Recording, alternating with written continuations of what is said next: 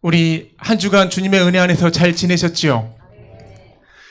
우리가 살아가는 이 하루하루가 어때요? 때로는 힘이 들고, 때로는 해야 될 것들도 많고, 때로는 지치게 하는 것들도 참 많이 있습니다. 그러나 우리의 생명을 지켜주시는 분은 누구세요? 하나님이십니다. 그러기에 우리가 이 자리에 있는 것이고 또 주님께 경배와 찬양을 돌리는 것입니다. 잊지 마십시오. 나의 곁에는 누가 계신다? 하나님이 계신다. 그런 말씀을 꼭 기억하고 정말 매일의 삶이 주님과 동행하는 삶이 되기를 간절히 기도합니다. 오늘 제목은 어떤 제목이에요? 예수의 무기, 나의 무기입니다. 죄송합니다. 오늘 제목은 예수의 무기, 나의 무기.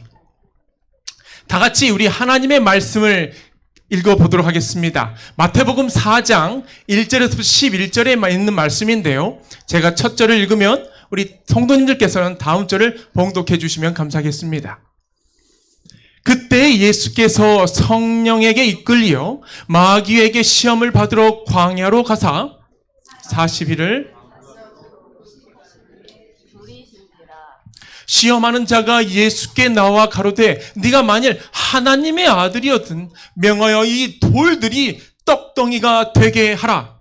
예수께서 대답하여 가라사대 기록되었으되 사람이 떡으로만 살 것이 아니요 하나님의 입으로 나오는 모든 말씀으로 살 것이라 하였느니라 하시니, 이에 마귀가 예수를 거룩한 성으로 데려다가 성전 꼭대기에 세우고 가로되 내가 만일 하나님의 아들이거든 뛰어내리라. 기억하였으되 저가 너를 위하여 그 사자들을 명하시리니 저희가 손으로 너를 받들어 발이 돌에 부딪히지 않게 하리로다 하였느니라. 예수께서 이르시되 또 기록되었으되 주 너의 하나님을 시험치 말라 하였느니라 하신대, 지극히 높은 산으로 가서 천하 만국과 그 영광을 보여 가로되 만일 네가 엎드려 경배하면 이 모든 것을 내게 주리라. 예수께서 말씀하시되 사단아 물러가라. 기록되었으되 주 너의 하나님께 경배하고 다만 그를 섬기라 하였느니라. 이에 마귀는 예수를 떠나 천사들이 나와서 수종드니라. 예수님께서 사시던 그 당시 회당은 특별한 장소였습니다. 그 회당은 학교의 기능을 하고 있었어요. 그래서 아이들이 글을 읽을 나이가 될 쯤에는 모두 다 회당에 나와서 토라, 모세오경을 읽으면서 글도 배우고 성경도 배웠습니다. 그리고 그들이 한 10살쯤 되었을 때 그 중에서 제일 똑똑한 10%만 남겨두고 나머지는 집으로 가게 했어요. 그리고 남은 이 아이들에게 토라를 읽을 뿐만 아니라 다 외우도록 가르쳤습니다. 그리고 3년에서 4년이 딱 지난 뒤에 또다시 그 중에 10%만을 남기고 모두 집으로 돌려보냈습니다. 이렇게 마지막으로 남은 이들은 최고 중에 최고로 이스라엘의 미래를 이끌어갈 그런 총명한 아이들이었습니다. 이들에게는 모세 오경뿐만 아니라 성경 전체를 외우도록 하였어요. 그리고 또 몇 년이 지난 후에 랍비는 그 중에 가장 뛰어난 한 명을 데려다가 자신의 제자로 삼습니다. 그리고 랍비는 이 제자에게 자신이 가지고 있는 지혜와 지식을 그 제자에게 넘겨줍니다. 그리고 모든 훈련의 이 그 마지막 가문이 남아 있었는데 그게 바로 무엇이냐면 광야로 가는 것입니다. 이때 광야로 갈 때는 이렇게 20일, 적게는 20일, 길게는 40일 동안 그곳에 머물다 돌아오도록 했습니다. 그렇게 머물다 돌아오면 사람들은 그를 모든 시련을 이긴 그런 사람으로 인정하고 그를 랍비라고 불렀습니다. 어쩌면 이 과정은 예수님께서 공생의 전에 광야에서 시험을 통과하셨던 그 본을 따라서 아마도 후대에 교육을 이렇게 가르친 것 같습니다. 예수님 역시 이 지상에서 공생애를 딱 시작하기 전에 성령 하나님의 그 이끄심에 따라서 어디로 가요? 광야로 들어가십니다. 가나안 여리고에서 지중해 이르는 곳에 길이 80km에 폭이 40km 정도 되는 사막과 같은 광야가 있습니다. 내리쬐는 그 태양빛이 얼마나 뜨거운지 사람들의 인적이 끊긴 곳이에요. 그리고 독사와 정갈, 이렇게 야생 동물들이 우글거리는 곳이었습니다. 누군가는 이 광야에 대해서 이렇게 말하고 있습니다. 광야는 시험의 자리이며 살아계시는 하나님을 만나는 체험의 자리이고 하나님의 음성을 듣게 되는 깨우침의 자리이다라고요. 오늘 이 시간 광야에서 승리하셨던 예수 그리스도의 그 승리의 비결을 우리가 같이 배우고 광야와 같은 그런 인생길에서 넉넉히 이기고도 남는 저와 여러분이 되기를 간절히 축원합니다. 성경에 보면 시험하면 두 가지 의미의 시험이 나옵니다. 첫 번째는 하나님이 주시는 시험, 두 번째로는 마귀가 주는 시험입니다. 시험을 통하여 성장시키는가 아니면 시험을 통하여 넘어지게 하는가에 따라서 이게 하나님의 시험이 되고 또 사단의 시험이 되기도 합니다. 종교개혁자 마르틴 루터는 이러한 말을 했습니다. 공중의 새가 머리 위로 나는 것은 나와는 상관이 없는 일이다. 단지 그 새가 나의 머리에 둥지를 틀지 않도록 허락해서는 안 된다란 말이요. 여러분, 죄의 시험이란 육신을 가진 우리 인간에게 누구에게나 언제든지 찾아옵니다. 그렇죠? 언제든지 찾아와요. 다만 우리는 하나님께서 주신 이 자유의지를 올바르게 사용함으로 죄를 짓지 않기로 선택함으로 인해서 죄와 무관한 삶을 살 수 있다는 것입니다. 예수님 역시 이 광야에서 3번이나 사탄에게 유혹을 당하게 되지만 이를 분명히 거절하여 죄를 범하지 않게 되십니다. 그렇다면 성령께서 예수님을 광야로 이끄신 그 이유는, 그 목적은 무엇일까요? 영감의 기록에는 이렇게 다음과 같이 말씀을 들려주고 있습니다. 예수께서 시험 받으시기 위하여 광야로 이끌리셨을 때 그는 하나님의 성령에게 이끌리셨다. 그는 시험을 자초하지 않으셨다. 그는 홀로 계셔서 자기의 사명과 사업을 묵고하시기 위하여 광야로 가셨다. 그는 금식과 기도로 그가 걸어야 할 그 피 묻은 길을 위하여 자신을 무장할 것이었다. 그러나 사단은 구주께서 광야로 가신 것을 알았으며 그는 이것이 예수에게 접근할 가장 적당한 때라고 생각했다. 예수님께서 광야로 가신 이유는 자기의 사명과 그 사업을 뭐하기 위해서요? 묵고하시기 위해서, 마지막 길인 이 십자가의 길을 걸어가시기 위해서, 자신을 성령으로 무장시키기 위해서 광야로 가신 거예요. 그 황량한 광야, 아무것도 없는 그 광야에 예수님 홀로 가신 것입니다. 어느 글에 보면 이러한 말씀이 있습니다. 광야의 황폐함이란 결국 인간이 하는 모든 노력의 불모지대를 강력히 상징한다. 거기서는 인간의 노력으로는 도무지 더 이상의 그 무엇도 이루어질 수 없는 것이다. 광야는 절망이다. 그러나 그 절망을 넘어서 광야는 오직 하나님에 의해서만 성취되는 일에 대하여 할 말이 있는 것이다. 인간으로서는 아무것도 할 수 없는 것이 바로 이 광야예요. 그 광야에서 인간은 비로소 참다운 하나님을 이렇게 발견하게 되고 비어진 자신 안에 성령 하나님의 그 임재를 채울 수 있게 된다는 것입니다. 역설적이게도 사람이 할 수 있는 곳에는 우리 모두가 어때요? 하나님을 찾게 됩니까? 하나님을 찾지 않게 돼요. 자기 스스로 하려고 노력할 뿐만 아니라 자신만은 그거를 할 수 있다라고 정말 유아 독존의 그런 정신이 편만하게 됩니다. 그때 성령께서는 어떻게 될까요? 그 자리를 떠나시게 되겠지요. 사랑하는 우리 성도 여러분들이시여, 하나님께서 저와 여러분을 인생의 그 혹독한 광야로, 그리고 경험하고 싶지 않은 어려운 곳으로 이끄실 때 분명한 목적과 의도가 있음을 인지하고 불굴과 같은 그런 인내로 감당해내는 그런 우리 믿음의 자녀들이 되기를 간절히 기도합니다.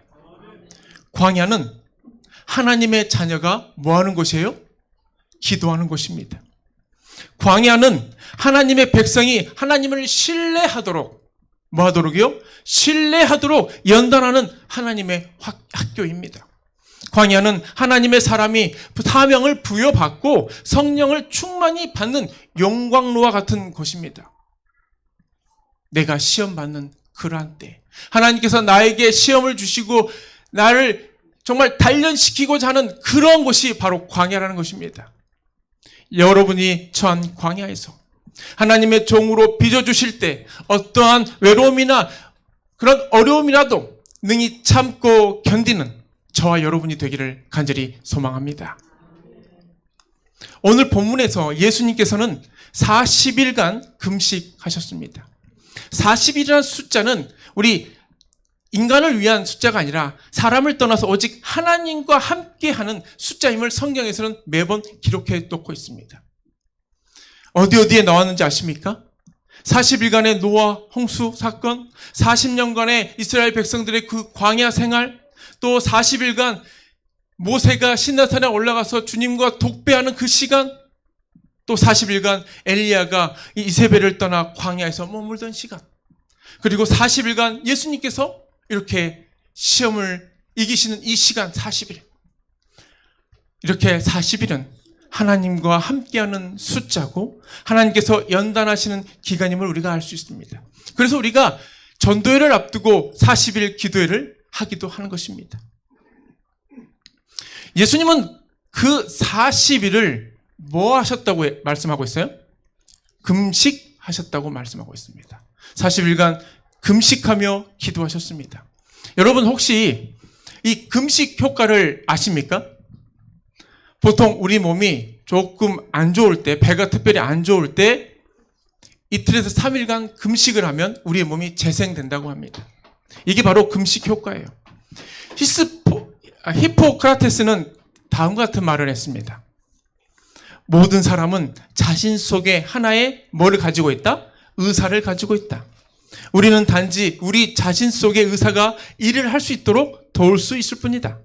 병이 났을 때 많은 음식을 섭취하는 것은 병을 더욱 키우는 행위이다 라고요.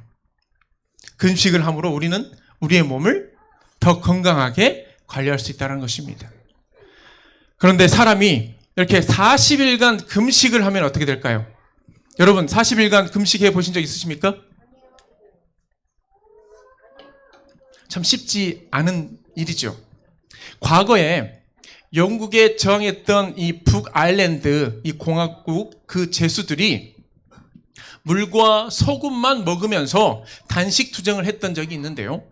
단식 후 45일에서 73일 사이에 이 사람들의 목숨이 다 이렇게 거둬졌다고 합니다.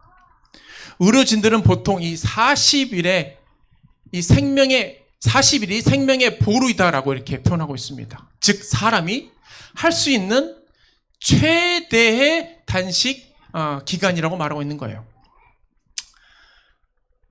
40일 정도로 단식 기간이 길어지면 자기 몸의 이 단백질이 빼져 나가면서 세포가 망가진다고 합니다.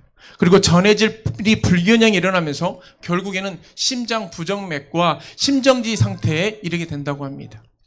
따라서 예수님께서 시험 받는 그때 단식 후 며칠째가 됐습니까? 40일째가 됐던 날이었습니다. 정말 극도로 약해진 때였습니다. 영감의 글은 우리에게 이렇게 말씀합니다. 그리스도께서 가장 맹렬한 시험의 공격을 받으신 때는 가장 허약하신 때였다. 그렇게 하여 사단은 뭐 하리라고 생각했어요? 나는 이길 것이다 라고 생각했습니다. 그는 이러한 술책으로 사람들을 이겨왔습니다. 힘이 지나여 의지력이 약해지고 믿음으로 하나님 안에서 쉬기를 그치게 되는 그때에는 정의를 위하여 오랫동안 용감하게 섰던 자들도 정복당하고 말았다라고요. 심신이 완전히 약해질 때 사단은 그때 접근을 한다는 거예요. 여러분, 우리가 시험을 받을 때는 우리 영육간에 쇠약해져 있을 때라는 것을, 이 사실을 꼭 기억하시기 바랍니다.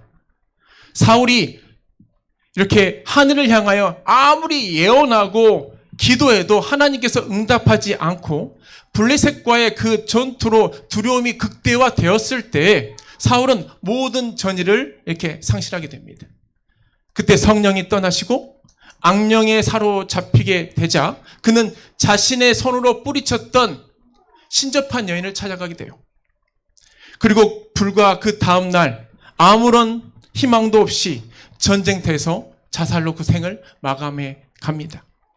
한때는 성령의 그 기름 부음을 받았던 이스라엘의 이 초대 왕이 사단에게 완전히 사로잡혀 꼬꾸라지는 모습을 보면 참으로 마음이 안타깝습니다.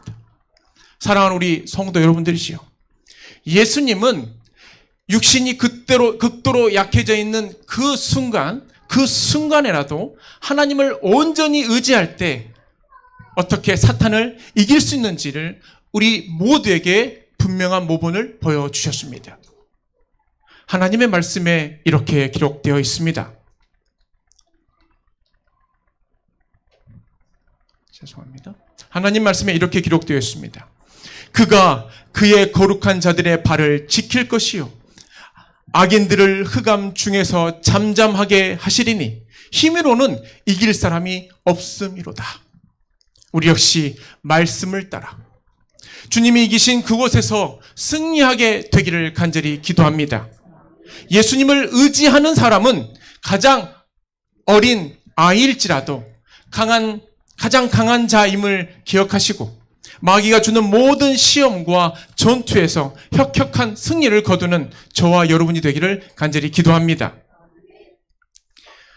마귀의 첫 번째 시험은 뭐예요? 네가 만일 하나님의 아들이어든 명하여 이 돌들이 떡덩이가 되게 하라는 것입니다. 이 질문의 핵심은 뭘까요? 야, 너 많이 배고프지? 그러니 이 돌을 떡으로 바꿔봐! 라는 질문일까요? 아니면 당신이 진정 하나님의 아들입니까? 라고 묻고 있는 질문일까요? 사단이 가장 먼저 건드리는 질문은 뭐냐면 이거요, 예수님의 자명성입니다. 마태복음 3장 17절에서 예수님께서 침례를 받으시고 물 위에 이렇게 나오실 때 하늘로부터 한 음성이 들려옵니다. 뭐죠? 이는 내 사랑하는 아들이요 기뻐하는 자라는 말씀이에요. 사단도 분명히 예수 그리스도가 누구인지를 알고 있었습니다. 분명한 자명한 사실이죠. 사단은 하나님의 백성들에게도 똑같은 질문을 던집니다. 참 우리 스스로가 그런 질문들을 머릿속에 가지고 있습니다. 내가 하나님의 진정한 자녀인가? 내가 하나님을 믿는 사람이었던가? 내가 왜 이러지? 네가 진정 하나님의 자녀이냐라고 사단은 우리에게 질문을 톡톡 던집니다. 우리의 신분을 의심케 하고요. 때로는 망각해 하는 것은 하나님의 권위를 무너뜨리고 그분과의 이 관계를 분리시키려고 사단이 노리는 속셈이라는 것입니다. 그럴 때 여러분들이 해야 할 일은 무엇일까요? 우리가 해야 할 일은 무엇일까요? 그러면 예수님처럼 말씀으로 이기야 한다는 것입니다. 예수님께서는 이렇게 말씀하셨습니다. 사람이 떡으로만 살 것 아니요. 다 같이 읽어보도록 하겠습니다. 시작. 사람이 떡으로만 살 것이 아니요 하나님의 입으로부터 나오는 모든 말씀으로 살 것이니라. 사람이 사는 것에 있어서 떡이 아니라 생명의 떡인 하나님의 말씀으로 살아간다는 것입니다. 며칠 전에 제가 우리 정여고 어머니 댁에 방문을 갔습니다. 방문을 가서 이런저런 이야기를 나누는데 정령이 어머니께서 뭔가를 쓰신대요. 그래서 뭘 쓰십니까? 라고 여쭙더니만 교회 출석하시면서 모아두셨던 주보를 딱 보여주시면서 주보 뒤에 있는 기억절 말씀 있죠. 주제 성절, 성구, 그리고 기억절 말씀을 날마다 이렇게 필사를 하신대요. 말씀으로 살고 계심을 제가 보았습니다. 얼마나 감사하던지요. 영감의 글엔 이러한 말씀이 있습니다. 사단과 논쟁을 벌여서 이길 수 있는 분은 하나님 외에는 아무것도 없음을 기억하라라고요. 우리가 성경 말씀에 있는 이 기억된 말씀, 이 기록하기를 이 말씀은 그리스도인들의 마음과 입술에 분명히 있어야 합니다. 그리고 이 기록하기를, 이 하나님의 말씀을 우리가 가지고 있으면 이 사단과의 모든 논쟁을 해소시키며 모든 의심을 해결하는 해결책이 된다는 것을 여러분 기억하시길 바랍니다. 우리들의 입술에서 기록된 하나님의 말씀들이 늘 울려 퍼진다면 그것은 우리를 강하게 한다는 것을 여러분 기억하시기 바랍니다. 우리 개척대원들이 요즘에 날마다 하고 있는 게 무엇인지 아십니까? 네, 말씀을 날마다 기억하고 있어요. 말씀을 기억하고 그 말씀을 기억한 것을 영상으로 올리고 있습니다. 두 아이의 성경 외운 이 기억절 말씀 낭독한 걸 잠깐 볼게요. 죽어도 주를 위해서 죽나니 그러므로 사나 죽으나 우리가 주의 것이로다. 로마서 14장 8절. 그러므로 믿음은 들음에서 나며 들음은 그리스도의 말씀으로 말미암았느니라. 네, 우리 두 아이가 이렇게 날마다 말씀으로 무장하고 있습니다. 이렇게 머릿속에 하나님의 말씀을 저장해 놓으면 꼭 필요한 때 이 아이들을 하나님께서 분명히 보호하실 것이고 하나님께서 인도하신 그 길에 분명히 먼저 나아가는 그런 아이들이 되리라 믿습니다. 우리 서귀포교회 모든 성도님들 역시 매 순간 하나님의 말씀으로 무장하시기 바랍니다. 그리하여 승리의 그 경험들을 날마다 하시길 바랍니다. 시험을 당할 때 자신의 그 사정이나 그 약점을 보지 마시고 말씀의 그 권능을 바라보는 그러한 믿음의 자녀가 되어 오직 승리만이 보장되어 있다는 것을 느끼며 살아가는 우리 모든 주님의 자녀들이 되길 간절히 소망합니다. 두 번째로 이 마귀의 시험은 어떤 거냐면 예수님을 성전 꼭대기로 데려가서 이렇게 말을 합니다. 천사가 구해줄 것이니 걱정하지 말고 뛰어내려라는 것입니다. 그러면서 자기도 이 사탄도 성경 말씀을 인용하면서 이렇게 말을 합니다. 저가 너를 위하여 그 사자들을 명하시리니 저희가 손으로 너를 받들어 발이 돌에 부딪히지 않게 하리로다 하였느니라 라고요. 사단은 이렇게 성전을 능력 행사의 장소로 오용하고 있습니다. 사단의 의도는 경배의 장소인 이 성전의 본의미를 완전히 상실시키려는 것이죠. 살아계신 하나님을 경외하는 장소에서 하나님을 시험하여 나를 도와주나 안 도와주나 라고 그 쇼를 보자고 하는 것과 똑같은 것입니다. 얼마나 악랄한 마귀입니까? 얼마나 불경한 생각인지 모릅니다.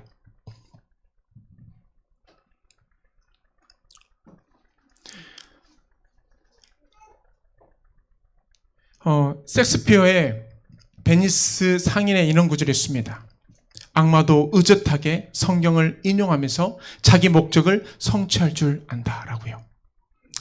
이렇게 사단은 하나님의 말씀을 인용하면서 우리들에게 이 성전 안에서 머무는 그것을 이렇게 다른 방향으로 틀고 있다는 거죠. 그러나 이번에도 예수님은 신명기 6장 16절에 있는 말씀을 인용하시면서 마귀의 유혹을 극복하십니다. 뭐예요? 내 하나님을 시험하지 말라라는 것입니다. 묘기를 보이는 것은 하나님의 방법이 아닙니다. 유대인들은 현란한 이적을 이렇게 행하고 예수님을 예루살렘을 수도로 세워서 메시아가 그 이스라엘의 왕이 되기를 원했습니다. 예수님은 또한 기적을 보이라는 이 헤롯 대왕에게 단 한마디도 이렇게 하지 않으셨습니다. 사단이 행하는 참람됨이란 하나님의 약속을 인정하면서 그것을 범죄의 구실로 삼는 것입니다. 사랑하는 우리 성도 여러분들이시여, 참람됨의 그 동기와 목적으로 하나님의 능력을 시험하지 마시기 바랍니다. 말씀에 근거한 약속을 믿음으로 주장하되 하나님을 향한 깨끗하고 정결한 심령으로 이 갈보리 십자가를 힘입어 겸손히 하나님 앞에 나아가는 우리 모든 성도들이 되기를 간절히 기도합니다. 마지막으로 마귀는 지극히 높은 산으로 예수님을 데리고 올라가서 순식간에 천하만국을 보여주며 나를 경배하면 천하만국의 모든 영광을 얻게 될 것이라고 이렇게 유혹합니다. 그러나 예수님은 마지막 시험에서도 신명기 6장 13절에 있는 말씀을 이렇게 말씀하세요. 하나님만을 섬길 것을 강조한 것입니다. 마귀는 시공간을 이렇게 초월하여 예수님 앞에 가장 넓은 세상을 보여주고 모든 사람이 달려가는 그런 가장 넓은 길을 가도록 요구합니다. 여러분, 인간이 추구하는 길은 사실 어떤 길인가요? 정말 빠른 길로 가서 빨리 성공해서 정말 마음 편하게 살아가는 것, 내 주머니에 뭔가가 두둑해서 살아가는 것, 이런 성공의 길을 우리들은 쫓아갑니다. 그러나 예수님은 그 시험에 대하여 이렇게 분명히 우리에게 말씀해 주고 있습니다. 주 너의 하나님께 경배하고 다만 그를 섬기라 라고 말씀합니다. 이 말씀은 곧 오직 내 주 여호와 하나님을 경배할 때 너희는 참된 행복과 권세와 영광을 누리게 될 것이라는 말씀이 이 안에 기록되어 있는 거예요. 조셉 파커는 마귀의 이 시험에 대하여 아주 명쾌한 답을 이렇게 써놓았는데요. 그 답변들은 우리 유한한 사람들이 감히 넘볼 수 없는 그리스도만의 영민한 예지에서 나온 것이 아니었다. 그것들은 기지의 결과도 전혀 생각하지 못할 충동 속에 찰나적으로 떠오른 영감의 결과도 아니었다. 그것들은 상상력이 무한한 지혜에서 순간적으로 터져나온 답변들도 아니었다. 또한 그것들은 조심스럽게 주고받고 열변을 토하기도 하는 형이상학적 논쟁도 아니었다. 오히려 그것들은 평범한 아이라도 충분히 알아들을 수 있을 만한 단순한 것이었다. 그것들은 그분이 주야로 묵상하는 하나님의 말씀에서 인용한 것들이었다. 여러분, 얼마나 단순하면서도 강력한 말씀입니까? 예수님께서 주야로 묵상하셨던 그 말씀을 가지고 그 광야에서의 그 시험을 이기셨다는 겁니다. 사랑하는 우리 성도 여러분, 여기 우리 앞에 앉아있는 우리 수호나 태준이, 이 아이들도 마귀의 그 싸움에서 승리할 수 있을까요? 네, 아멘입니다. 하나님의 말씀으로 이 아이들은 분명히 승리할 것입니다. 또한 얼마 전에 우리 침례를 받으신 우리 김풍희 어르신과 이춘옥 어머니 여기 계시는데, 두 분 또한 하나님의 말씀을 읽고 그 말씀을 대로 그 약속을 주장하면서 살아가면 능히 사단과의 그 싸움에서 이길 수 있을까요? 네, 이길 수 있습니다. 시편 119편 11절과 17절에는 우리에게 이렇게 말씀하고 있습니다. 내가 주께 범죄치 아니하려 하여 주의 말씀을 내 마음에 두었나이다. 주의 종을 후대하여 살게 하소서. 그리하시면 주의 말씀을 지키리이다. 또한 영감의 글은 우리에게 이렇게 말씀합니다. 사람은 하나님의 한 말씀이나 여러 말씀으로 살 것이 아니라 그분의 모든 말씀으로 살 것이다. 우리는 아무리 하찮게 보이는 말씀 하나라도 무시하면 안전할 수 없다. 율법 가운데서 이 생과 내 생에 다 같이 하나님의 유익과 행복을 위하지 않는 계명은 하나도 없다. 사랑하는 우리 서귀포교회 성도님들이시여, 이곳에 함께하고 계신 우리 모든 성도님들이시여, 하나님의 말씀에 최고의 권위를 부여하시기 바랍니다. 그분의 말씀이 우리 모두의 무기가 되고 우리 모두의 자산이 되며 우리가 소유하기를 진정으로 기도합니다. 생명의 말씀을 듣고 읽고 깨닫고 실천함으로 모든 시험에서 넉넉히 승리하여 종국에는 저 생명 강가에, 저 하늘 본향 그 생명 강가에 오직 주님만을 영원히 섬기는 우리 모든 성도님들이 되시길 바라면서 오늘의 말씀을 마치도록 하겠습니다.